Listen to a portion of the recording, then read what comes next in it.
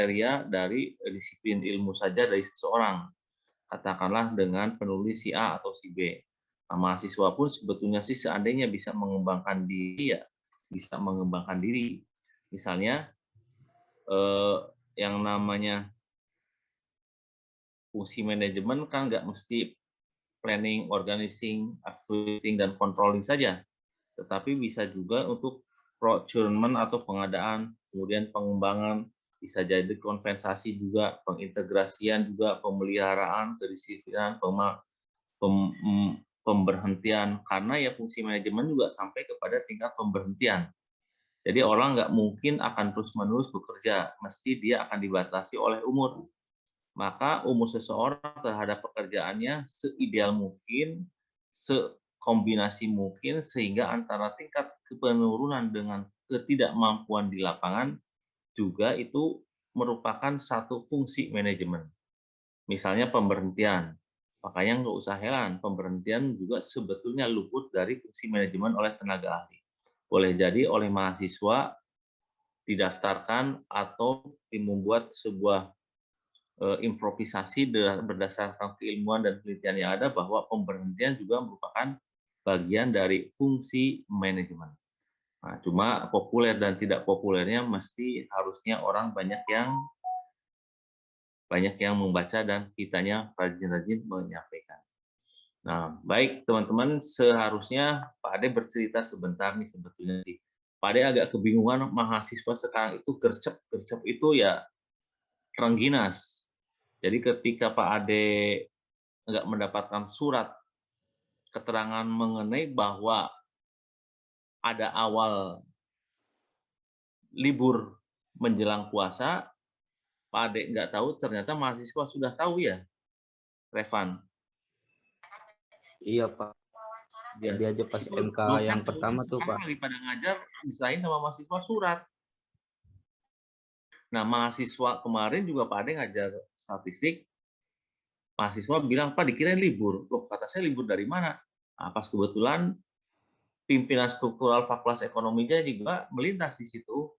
Akhirnya saya sampaikan, ternyata mereka juga belum mendapatkan surat, tapi mahasiswa sudah dapat surat. Nah, sekarang suratnya sudah ada dan di tangan oleh pimpinan fakultas. Nah, fakultas cuma senyum-senyum aja ya. Kenapa mahasiswa tergina sekali gitu. Pak Ade juga salut ke situnya, informasinya sangat cepat. Sebelum sampai ke tangan dosen dan ke tangan struktural yang di Fakultas Ekonomi, ternyata surat itu sudah duluan dipegang mahasiswa. Jadi sih agak kaku juga ketika harus menyampaikan pada posisi libur. Tapi mudah-mudahan mahasiswa ikhlas ya. Yang penting sekarang puasa, ibadah gitu loh.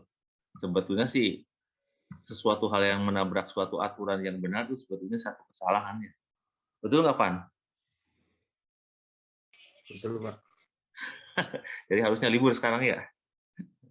Iya. Siap Pak. Ini barusan kemarin dapat nih dari Fakultas, rame juga. Ini mahasiswa kok libur, taunya ditanyain ternyata ada juga buktinya tuh. Pak Ade baru sekarang mau ngajar juga agak maju mundur nih. Ya sudahlah, karena ditanyain sama Revan jam 1 udah lewat 2 menit, padahal dari tadi Pak Ade udah on nih, tinggal nunggu masuk mahasiswa.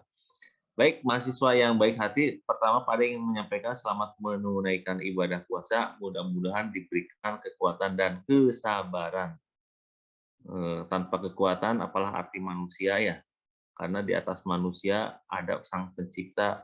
Kalau saya kebetulan orang Islam sih ya, pastinya adalah Allah Subhanahu wa Ta'ala. Kalau di luar itu saya nggak pernah mempelajari, jadi saya tidak tahu. Nah, kemudian mudah-mudahan juga diberikan kesabaran, jadi menerima apa yang menjadi ketentuan yang sudah digariskan.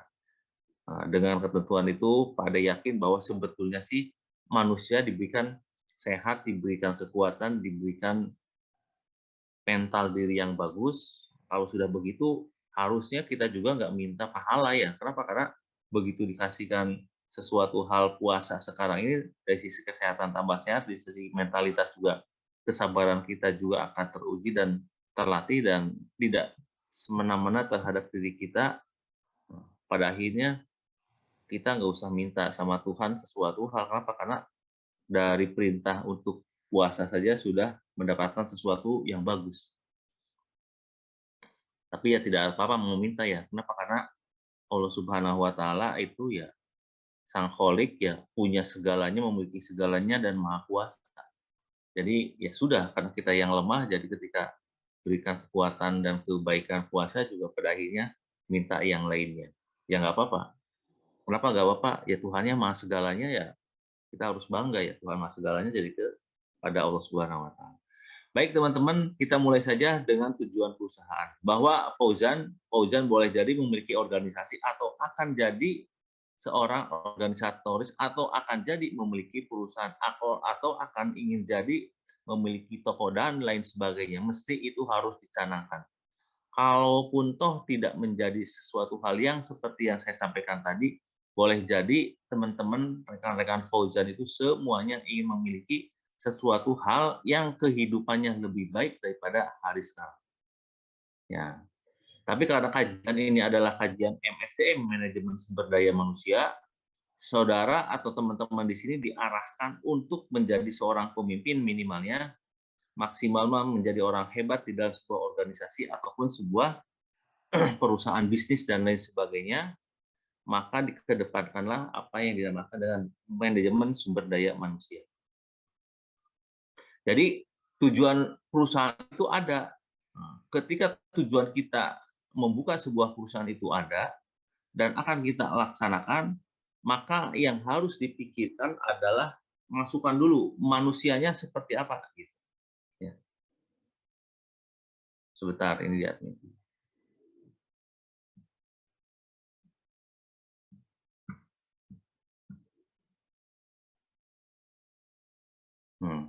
Jadi manusia itu seperti apa? Nah, seperti dipahami bahwa yang namanya manusia itu faktor yang paling utama, intelektual yang paling utama, aktor yang paling utama, faktor yang paling utama dalam manajemen sebuah perusahaan.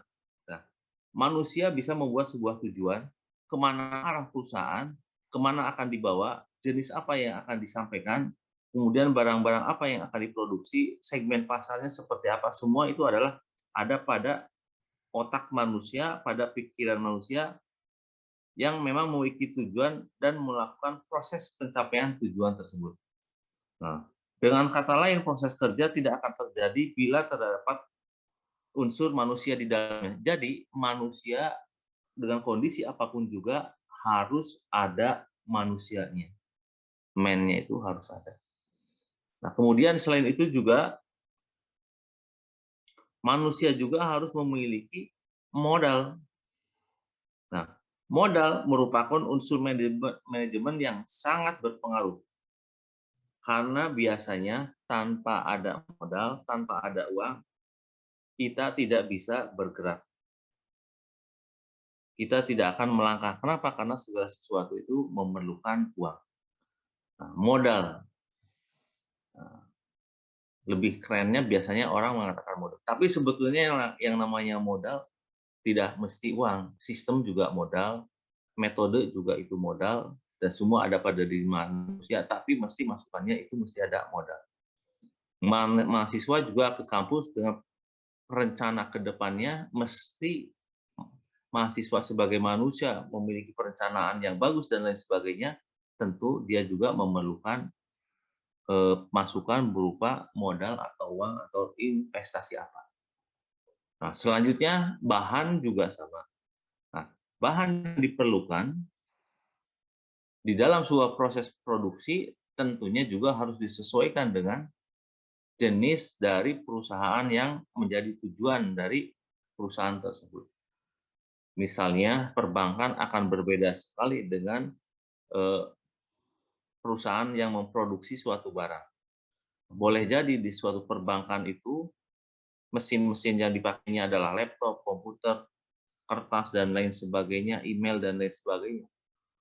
Nah, tapi kalau misalkan produksi, misalnya untuk membuat sebuah mobil ataupun sebuah barang setengah jadi menjadi barang jadi, maka mesin yang dipakai itu akan maksudnya bahan yang akan dipakai juga akan berbeda.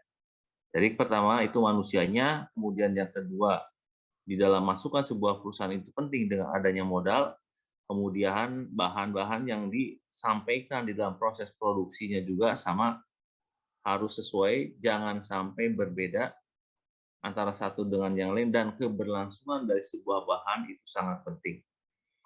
Jadi Pak Ade sering-sering bercerita mengenai salah satu contoh kecil lah, rumah makan sederhana.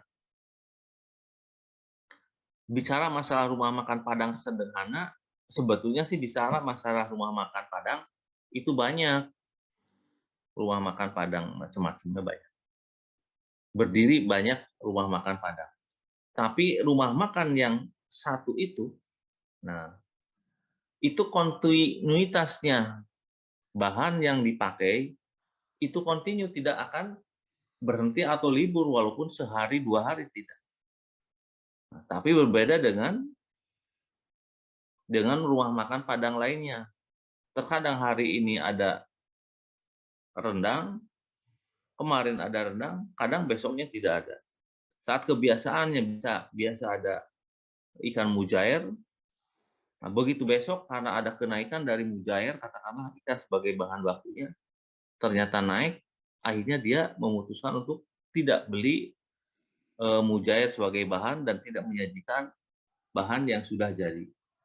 Nah, itu tidak mesti seperti itu. Nah, kalau misalnya di sini Revan pengen berbisnis, siapkan manusianya, rekrutmennya yang benar, job desk-nya yang benar, penempatan orangnya yang benar, sampai kepada penghargaan terhadap orang tersebut sebagai manusia juga benar. Modalnya, ukurannya harus jelas dan ada. Nah, ketika terbatas, jangan coba-coba berlebih dengan menggunakan modal, terkecuali dengan pemikiran misalnya investasi adalah semacam patungan. Patungan juga penting. Nah, mahasiswa sebetulnya sih Pak Ade sering bahwa mahasiswa itu merupakan modal sebetulnya, dan bahan, dan mereka juga manusia. Sangat sayang sekali selama 4 tahun oleh lembaga, katakanlah mohon maaf barangkali Unswagati melalui FE-nya, itu manusianya tidak dimanfaatkan. Harusnya selama jenjang setahun atau 2 tahun bisa dimanfaatkan. Dan jenjang tersebut sebetulnya sih mahasiswa juga butuh untuk pengetahuan dan latihan dan pendidikan lain sebagainya dalam praktek bisnisnya, di dalam teori MSDM. Di samping itu juga fakultasnya juga dengan berbagai macam kreativitas dan inovasi itu bisa membuat sebuah proses produksi yang bisa dipasarkan dengan baik. Kenapa? Karena potensi masukannya kelihatannya ada. Manusianya sebagai modal juga kelihatannya ada, bahannya tinggal dicari saja. Jadi kembali lagi, makanya ketika berbisnis bahan baku jangan sampai terlambat dan ikut tiada. Nah, selanjutnya mesin juga penting dimasukkan. Produksi apa sih yang akan kita sampaikan di dalam sebuah perusahaan atau sebuah organisasi? Nah, mesin ini berbeda dengan mesin yang lain yang diperlukan antara perusahaan satu dengan perusahaan yang lain selama visi dan misinya serta produksi yang ditampilkannya adalah berbeda.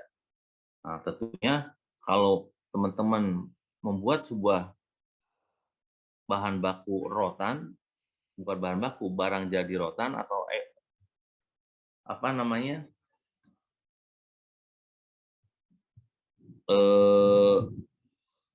bukan ukiran, ya rotan tuh kalau digiling-giling namanya istilahnya tuh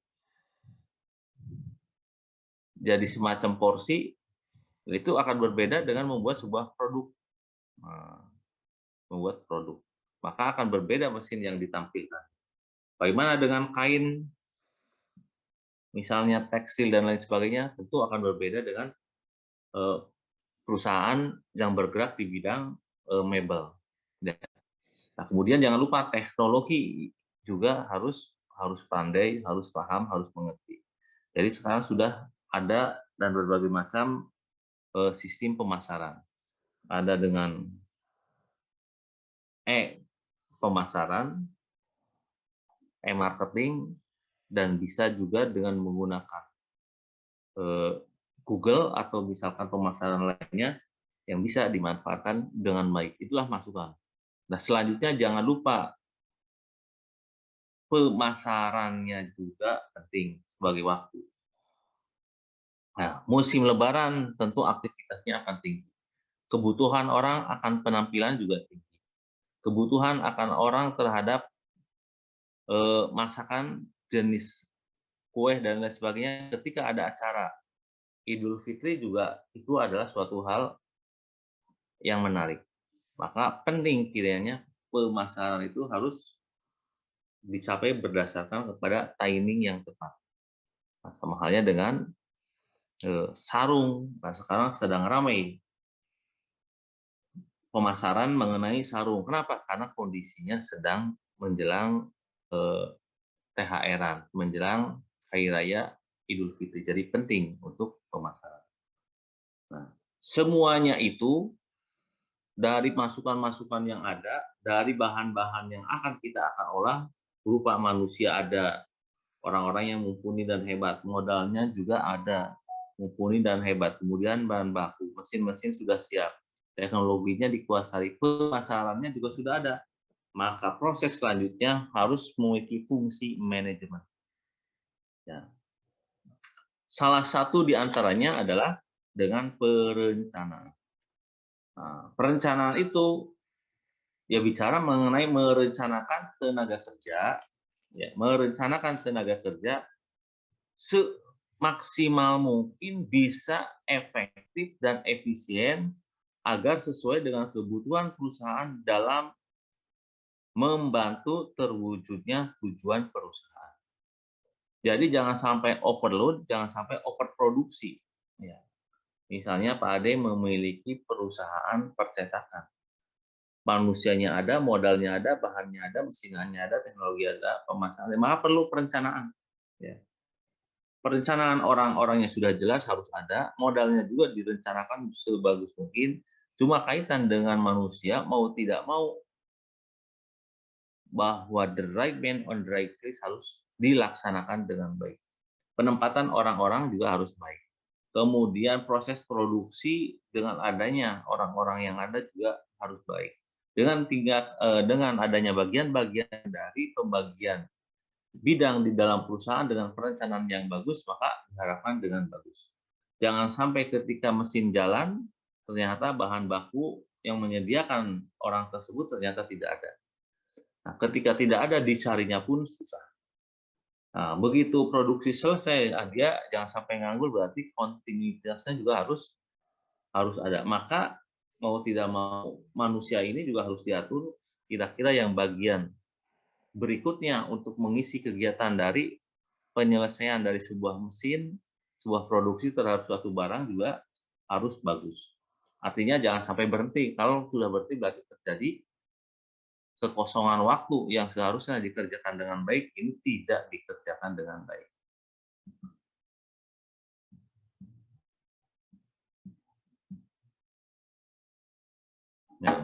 Ya, seperti itu. Mahasiswa harus memahami. Nah, selanjutnya perencanaan juga ini dilakukan dengan menetapkan program-program kepegawaian. Ya, program-program kepegawaian itu jenjang karir, pelatihan, pendidikan, kapan mulai bekerja, berhenti bekerja, liburnya kapan, kemudian juga masa kerjanya sampai mana, apakah penting tidaknya dikasih penghargaan terhadap karyawan yang sudah lama bekerja, sampai kepada pemberhentiannya juga sama. Ya, jadi program kepegawaian meliputi pengorganisasian juga penting, pengarahan juga harus ada, kemudian pengendalian juga harus ada, pengadaan orang-orang dan bahan bakunya harus ada, dan pengembangan selanjutnya mengenai perusahaan juga harus ada, kemudian pengembangan terhadap orangnya juga harus ada. Kemudian kompensasinya harus ada, pengintegrasiannya juga harus ada. Nah, itulah contoh-contoh dari perencanaan. Sekarang yang kedua, proses selanjutnya setelah perencanaan itu harus ada pengorganisasian. Pengorganisasian itu adalah kegiatan untuk mengorganisasi semua karyawan dengan menetapkan pembagian kerja seperti yang ada pada tadi disampaikan. The right man on the right place-nya juga harus jelas. Kemudian hubungan kerja antara satu dengan yang lain, siapa yang jadi pemimpin dan sebagainya, yang dijadikan pemasaran dan kaitan dan hubungan dengan pimpinan perusahaannya seperti apa, mesti dijabarkan. Nah, kemudian pendelegasian, wewenang, dan integrasi juga harus dilaksanakan. Dan yang paling pokok itu adalah komunikasi dan koordinasi dalam bagian organisasi juga harus bagus. Nah, organisasi di dalam sebuah perusahaan, jadi perusahaan itu hanya sebagai alat saja untuk mencapai tujuan. Nah, dengan organisasi yang baik, diharapkan bisa membantu terwujudnya tujuan secara efektif. Jangan sampai pengorganisasian ini adalah salah orang. Ya, salah orang itu misalnya orang teknik ditaruh di dalam perencanaan keuangan, kan akhirnya nggak jelas. Contoh kecil misalnya di perusahaan atau di pemerintahan lah. Nah, itu yang namanya badan keuangan daerah itu yang menghasilkan dan menggali keuangan yang ada. Maka mau tidak mau setiap apapun juga yang berusaha di sebuah daerah atau area wilayah tersebut, mau tidak mau dengan kreativitas dan inovasinya, itu harus bisa membangun sebuah income buat pemerintah daerah. Nah, itu semua harus digali, harus tercurah oleh seorang manajer perusahaan atau badan yang bersangkutan. Lah yang terjadi tidak demikian. Sarjana pertanian ditaruh di bagian keuangan. Sarjana teknik, ya sudah yang terjadi cuma paling banter juga sekedar asal berjalan saja. Tapi kalau sudah digali retribusi dan lain sebagainya, dengan perorganisasian yang benar, misalnya Ajis lah, wali kota, pandai dia menempatkan orang yang sesuai dengan perencanaan yang ada, pandai dia membuat sebuah modal dan bahan serta teknologi kepada orang yang tepat, sama ada yakin kota itu akan maju. Cuma yang terjadi tidak begitu di Indonesia tuh. Jadi rata-rata mohon maaf barangkali kalau tidak salah bergaining masalah money politik itu sangat kuat. Misalnya Adi Maulana nih mencalonkan menjadi wali kota. Ya sudah kadang-kadang Adi Maulana itu tidak berdasarkan kepada kriteria, berdasarkan kepada kepemimpinan dia yang baik, tapi berdasarkan kepada money politik. Akhirnya uangnya dikumpulkan buat ke sana, tapi giliran kurang, dia mengedarkan surat.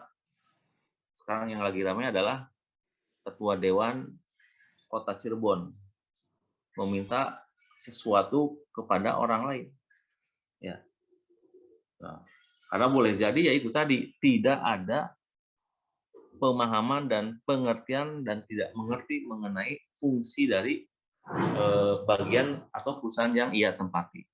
Nah, mahasiswa dalam agama juga Pak Ades sudah menyampaikan ketika seseorang itu ditempatkan pada hal bukan keahlian di dalam bidangnya, tunggu saja kehancurannya, kan begitu ya, mengerikan.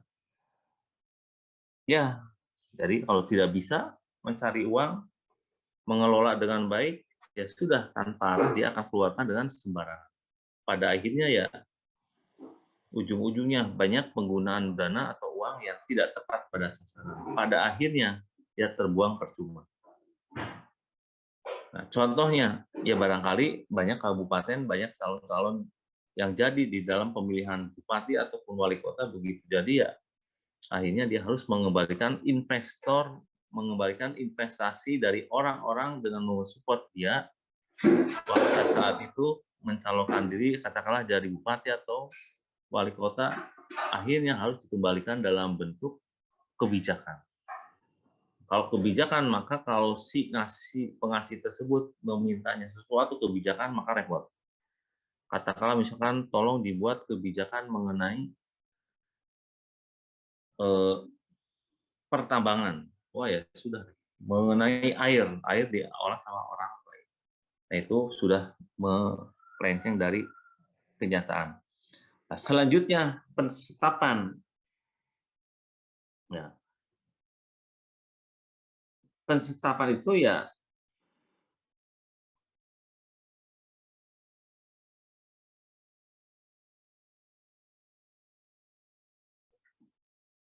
menempatkan orang-orang yang tepat, misalnya sarjana hukum kaitan dengan keilmuan hukum. Nah, kalau perorganisasikan kan tidak hanya orang ya, tapi juga tempat-tempatnya juga harus seperti apa. Penetapan, nah ini pemberian staf yang disampaikan kepada yang diberikan itu seperti apa. Jadi mau tidak mau ya seperti itu. Nah, jangan sampai misalnya Adi Maulana menjadi kepala bagian keuangan. Ternyata penetapan yang disampaikan yang diberikan kepada Adi Maulana berdasarkan mutasi yang ada ternyata salah arah. Bicaranya masalah keuangan yang dihadirkan adalah insinyur peternakan. Kan jadi bingung. Insinyur peternakan mengelola keuangan kan kurang nyambung. Ya, di Indonesia itu banyak sekali seperti itu. Ya, karena banyaknya, walaupun satu daerah itu kecil, tapi kalau jamaah dan banyak, otomatis merusak Indonesia. Sama halnya dengan korupsi ya. Ada anggapan bahwa ketika yang menerima korupsi itu bilangnya begini, lah ini kan sedikit ini, uangnya sedikit, sementara yang di sana yang di atas adalah banyak sekali. Jadi kalau sedikit mah nggak masalah. Ibarat orang mengambil 3.000 di dalam setumpukan uang. Tapi kalau 2.000-nya banyak, kiri kanan dan sebagainya sampai kepada yang kecil-kecil dan orang yang mengerjakan atau yang berkorupsi juga kecil juga, orang kecil juga, pada akhirnya ketika dikumpulkan banyak. Kabupaten ini juga anggapannya seperti ini. Di kabupaten sana juga begitu, di kabupaten sana lagi seperti itu. Jadinya berjamaah. Pada akhirnya ya kesananya akan tidak betul. Sama saja dengan penstafan di Kabupaten Cirebon ternyata tidak sesuai. Nggak apa-apa, cuma 1, 2, 3 orang aja, oke. Ternyata di dinas lainnya juga sama. Ke sebelahnya juga sama. Mohon maaf, barangkali kota juga sama. Ketika ada mutasi, ternyata staf yang diperlukannya juga salah tempat dan salah sasaran dan salah keilmuan. Yang seperti Pak Dek sampaikan tadi, ketika ternyata Adi Maulana ini sebagai kabag keuangan, ternyata stafnya adalah lulusan insinyur, lulusan sarjana, insinyurnya adalah insinyur peternakan. Nah, yang nggak nyambung. Harusnya ya ekonomi yang lainnya diseimbang. Nah, kemudian proses kepemimpinan dengan gaya kepemimpinan juga harus bagus. Ya, harus bagus. Jangan sampai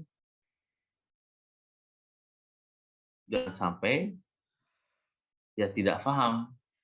Akhirnya yang timbul adalah otoriter. Nah, kalau sudah otoriter ya nggak bagus. Nah, kemudian proses selanjutnya ini penggerakan.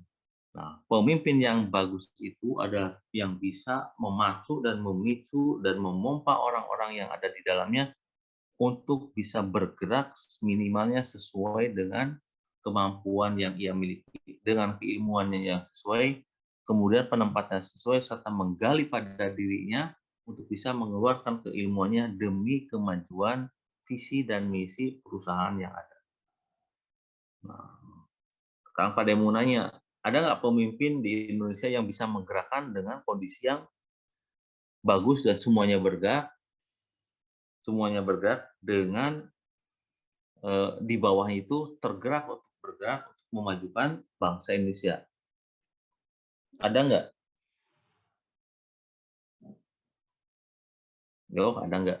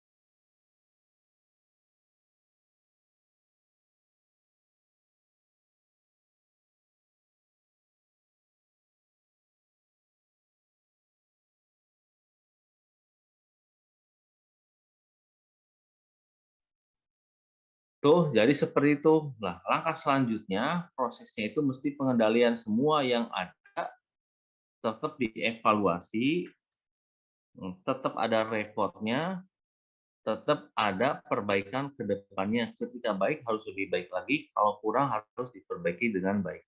Sehingga yang muncul keluarannya adalah barang yang berkualitas, jasanya berkualitas, layanannya berkualitas, sehingga pelanggan pun puas dan setiap apa yang kita lakukan serba puas, mesti akan berkembang lebih maju, walaupun tidak dipublikasikan juga antar orang, antar manusia, antar pelanggan biasa menceritakan kepada orang-orang baru, sehingga tujuan perusahaan itu ya bisa tercapai. Nah, dengan pelajaran yang saudara pelajari sekarang ini mengenai tujuan perusahaan, harapan Pak Ade tentunya baiknya sebetulnya sih manusia sudah berproses sekarang ini untuk bisa merencanakan sebuah rencana bisnis, ya, rencana bisnis. Jangan sampai ada mata kuliahnya rembis, rencana bisnis, hanya sekedar mencari barang yang ada di pasar, seolah-olah dibuat sendiri, akhirnya laporan kepada pembimbingnya muncullah dan selesailah sudah proses produksi yang ada, sehingga ditampilkan ternyata itu adalah punya orang lain. Kemudian yang kedua, dia hanya sekedar menggugurkan kewajiban. Nah, itu jangan sampai seperti itu. Nah, bisa dipahami ya? Bisa dipahami? Ya, Bisa, Pak. saya gampang lah. Nah, kedepannya sebetulnya sih Pak Ade ingin membuat suatu tugas ke mahasiswa, khususnya kelas M ini. Jadi ketika kita membuat sebuah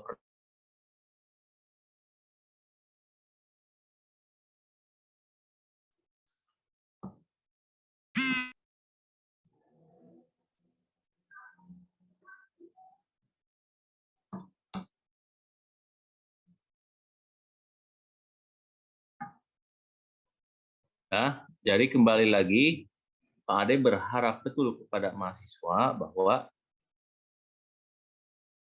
ketika bicara mengenai teori tujuan perusahaan dengan masukan proses dan keluaran, Pak Ade mempunyai keinginan dan obsesi bahwa mahasiswa itu mampu sebetulnya. Nah, cuma dia belum mengeluarkan semua energinya, semua pemikirannya, dan cenderung, mohon maaf, biasanya orang Indonesia itu kalau sudah senang dan enak itu malas untuk berusaha. Oleh karena itu, dari 36 orang ya mahasiswanya,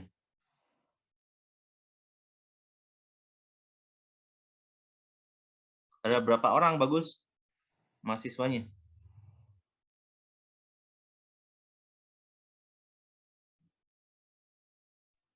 Kalau kelas M-nya aja 32, Pak. Belum Oh, sama 30. cutting-nya. Belum sama siapa, Neng? Sama ada kakak tingkatnya, Pak. Oh, ada kakak tingkatnya. Kenapa tuh kakak tingkat sampai ikut ke adik kelas? Tapi ya nggak apa-apa lah, itu kan namanya satu rencana yang kadang rencana tersebut karena tidak direspon dengan baik secara berusaha, kalau dalam bahasa agama ikhtiar ya ketinggalan. Nah, sebenarnya sih kalau MSDM itu gampang. Dengan menerawang berpikir juga ketika mahasiswa itu punya perusahaan asalkan dia mau, mesti kalau bicaranya uang itu semangat. Walaupun untuk prosesnya itu agak berat. Ya. Nah, jadi kembali lagi karena bel Pak Ade berbunyi, tadinya ingin banyak nih sampai kepada ini fungsi manajemennya harus dipahami, ada bicara masalah forecasting, planning dan seterusnya. Kemudian ini pengertian forecasting yaitu meramalkan proyek dengan taksiran di masa depan itu seperti apa, dan mahasiswa juga harus punya visi dan misi jauh ke depan. Kalaupun sekarang umurnya katakanlah mohon maaf 18, kalaupun dengan tambahan 18 berarti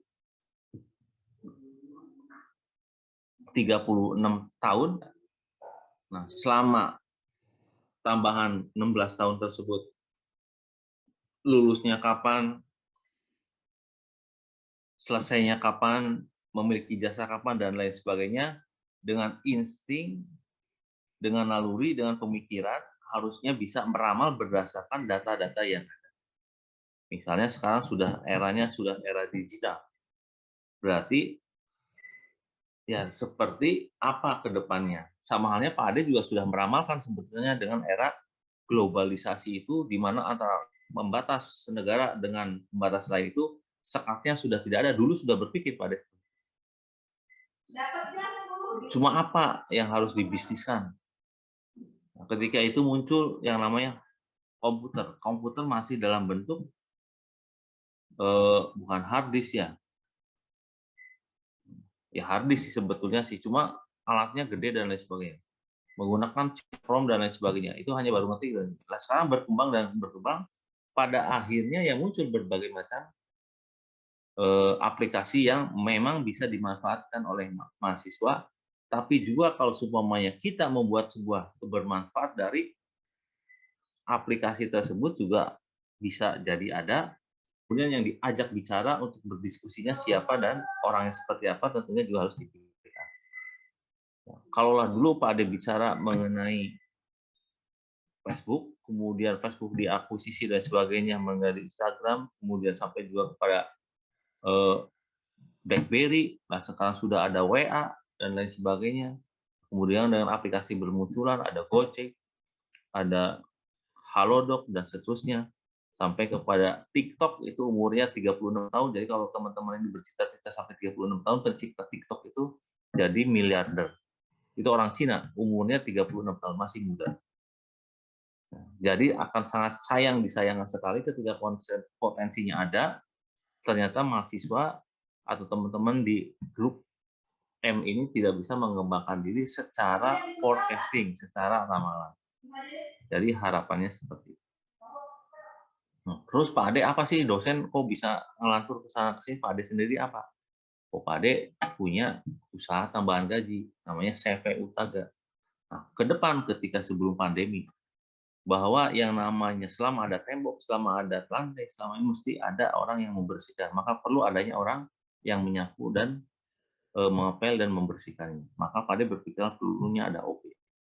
Kemudian gedung-gedung dan lain sebagainya perlu ada semacam pengaman. Jadi mau tidak mau juga harus diaman. Nah, sekarang dikaitkan dengan undang-undang ternyata boleh mengelola orang per orang untuk dijadikan tenaga kebersihan, tenaga keamanan, ataupun front office, maka itu juga Pak Ade lakukan. Jadi ramalan-ramalan itu berdasarkan ya insting saja, ke depannya seperti apa. Ya. Kalau dulu Pak Ade beranggapan dan sebelum pandemi mengatakan bahwa semasa pandemi bahwa bisnis yang aman itu adalah dengan pemerintahan. Kenapa? Karena pemerintahan kuat dan lain sebagainya. Ternyata Pak Ade mengatakan tidak. Berdasarkan makro dan mikro, pemerintahan juga harus dituntut untuk bisa mengelola keuangan, bisa mengelola pajak, mengelola manusia dan sebagainya. Kalau di dalamnya ternyata goyah, maka tidak akan ada lagi sedikit pakai sedikit pemerintahan bisa bangkrut, bisa selesai. Nah, ternyata betul dengan penempatan orang, misalnya kepala badan keuangan yang notabene yang bisa menggali keuangan yang ada, minimalnya yang sudah ada saja untuk dipertahankan. Ternyata karena gara-gara politis, akhirnya salah menempatkan orang, orang yang mumpuni ternyata didupak dan dilengsarkan gara-gara dia tidak ikut kepada si calon pemenang di dalam pemilihan kepala daerah, akhirnya jadi rusak. Nah, sekarang ini Indonesia sudah mulai payah. Payahnya dari sisi apa? Rasio antara pinjaman dengan kekayaan Indonesia lebih besar pinjamannya. Nah, cuma itu hampir kelihatannya jarang diberitakan. Nah, kemungkinan itu ya bisa saja terjadi. Sampai jor-joran untuk bisa membeli vaksinasi dan lain sebagainya. Tanpa kita mengetahui sebetulnya sih apa sih yang dinamakan dengan vaksin sendiri.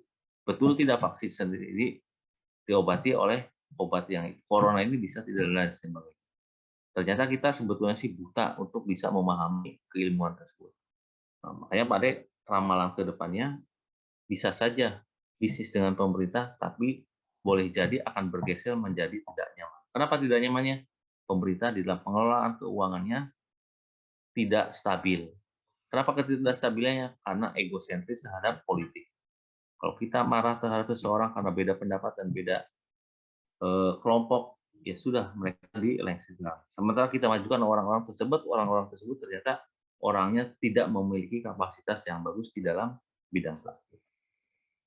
Dah, mungkin itu saja dari Pak Ade karena ada ini, kalau boleh tugas, ambil sajalah 32 dibagi 8 jadi 4 orang, kaitannya dengan nih tujuan perusahaan, bahwa saudara ini memiliki perusahaan, rencana ke depannya, visi dan misinya seperti apa, bagaimana manusianya, modalnya seperti apa, dan sebagainya, silahkan dibuat. Cuma Pak Ade begini, mahasiswa kalau misalkan ada yang gabung kelas D ke kelas F bisa ya? Kelas M ya? Jadi ada dosen yang sampai 3 kelas juga dalam satu waktu. Iya Pak, kelas M, Pak. Nah, coba Pak Ade nanti ke kelas D, nanti ditarik kelas D masuk ke atau diganti rubah dengan jam sore, biar kalau panas-panas menjelang puasa tuh selama puasa itu biasanya semangatnya kurang. Mungkin ya. Tapi kelihatannya dari sini Pak Ade ditinggal terus nih, layarnya foto semuanya, tidak pernah nampak orangnya yang mana nih, bagus mana, Susi mana, kemudian yang lainnya juga mana. Tapi nggak apa-apa lah, yang penting materinya tersampaikan. Pak Ade yakin tidak ada pertanyaan dan Pak Ade cukupkan, dan Pak Ade akhiri. Assalamualaikum warahmatullahi wabarakatuh. Waalaikumsalam. Ya, ke Revan mohon absennya Van ya. Terima kasih, Pak. Terima kasih, Pak. Ya, terima kasih banyak. Sampai ketemu di Selasa depan, mudah-mudahan sehat dan lancar. Nanti jangan lupa tanggal 26 sudah mulai UTS. Baik.